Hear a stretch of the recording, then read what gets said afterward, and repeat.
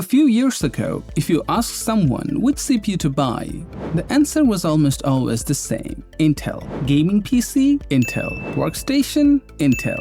Fastest processor? Intel. AMD was not just behind. Many people thought they might never catch up again, but today the story is completely different. AMD Ryzen chips are dominating bestseller lists. Gamers are choosing X3D CPUs, and Intel is no longer the automatic answer. So how did AMD go from being almost written off to becoming one of the strongest names in PC hardware again? For near PC builders, it may be hard to imagine how bad things looked for AMD before Ryzen. The Bulldozer era was a rough time. AMD CPU had problems with performance, efficiency, and gaming results. Intel had the lead for years, and for many people, buying Intel felt like the safe choice. AMD still had loyal fans, and some older chips like Phenom 2 and FX processors had their place. But if someone wanted the best gaming CPU or the best all-around performance, Intel was usually the recommendation. Then Ryzen arrived. Ryzen did not instantly win every single benchmark, but it changed the conversation. AMD finally had competitive CPUs again. Users could get strong multi-core performance, good pricing, and a real alternative to Intel.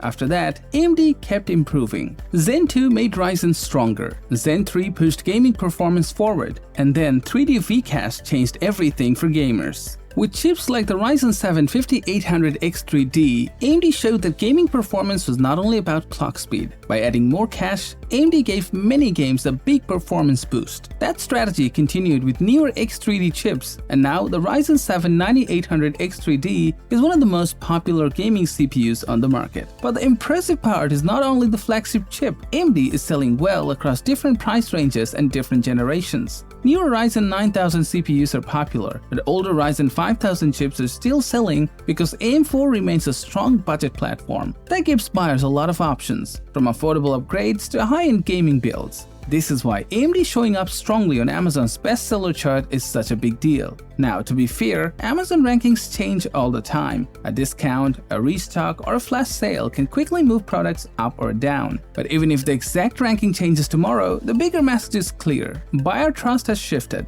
Years ago, AMD had to convince people to give them another chance. Today, many PC builders look at Ryzen first. And for gaming, AMD has one very clear advantage: X3D. It's easy to understand. More cache, better gaming performance in many titles, and strong efficiency. That's why chips like the 7800X3D and 9800X3D became so popular with gamers. But while AMD and Intel are fighting for the desktop CPU market, Nvidia is trying to enter the conversation in a new way. Nvidia's RTX Spark platform is interesting because it's not just a normal CPU. It's an ARM-based Windows platform with Nvidia CPU cores, Blackwell graphics, and a large amount of unified memory.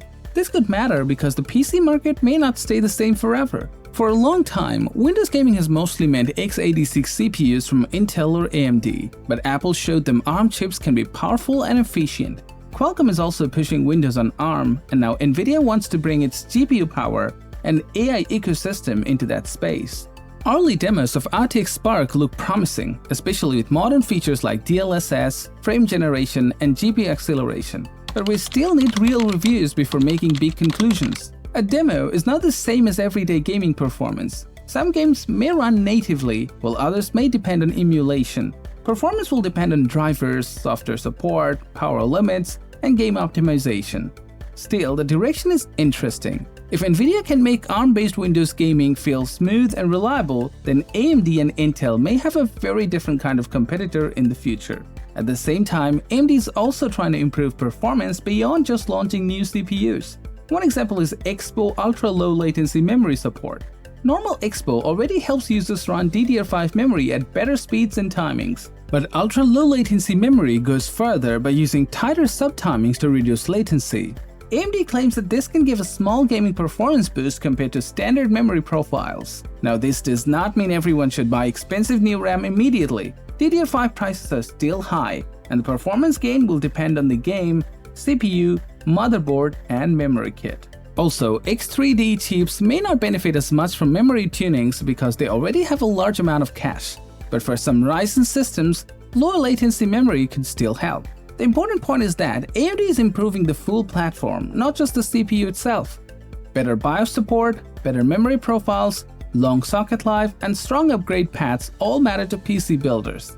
So what does all of this mean? First, AMD's comeback is real. Ryzen brought them back, and X3D helped them become a gaming favorite. Second, Intel is not finished. Intel still has strong products, especially laptops and certain workloads.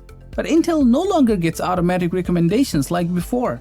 Third, Nvidia entering the Windows CPU space could make the next few years very interesting. More competition means every company has to work harder. AMD has to keep improving, Intel has to fight back, Nvidia has to prove that ARM-based Windows gaming can actually work well. And for consumers, that's a good thing. AMD went from being the underdog to becoming one of the most trusted names in gaming CPUs. That kind of comeback does not happen often.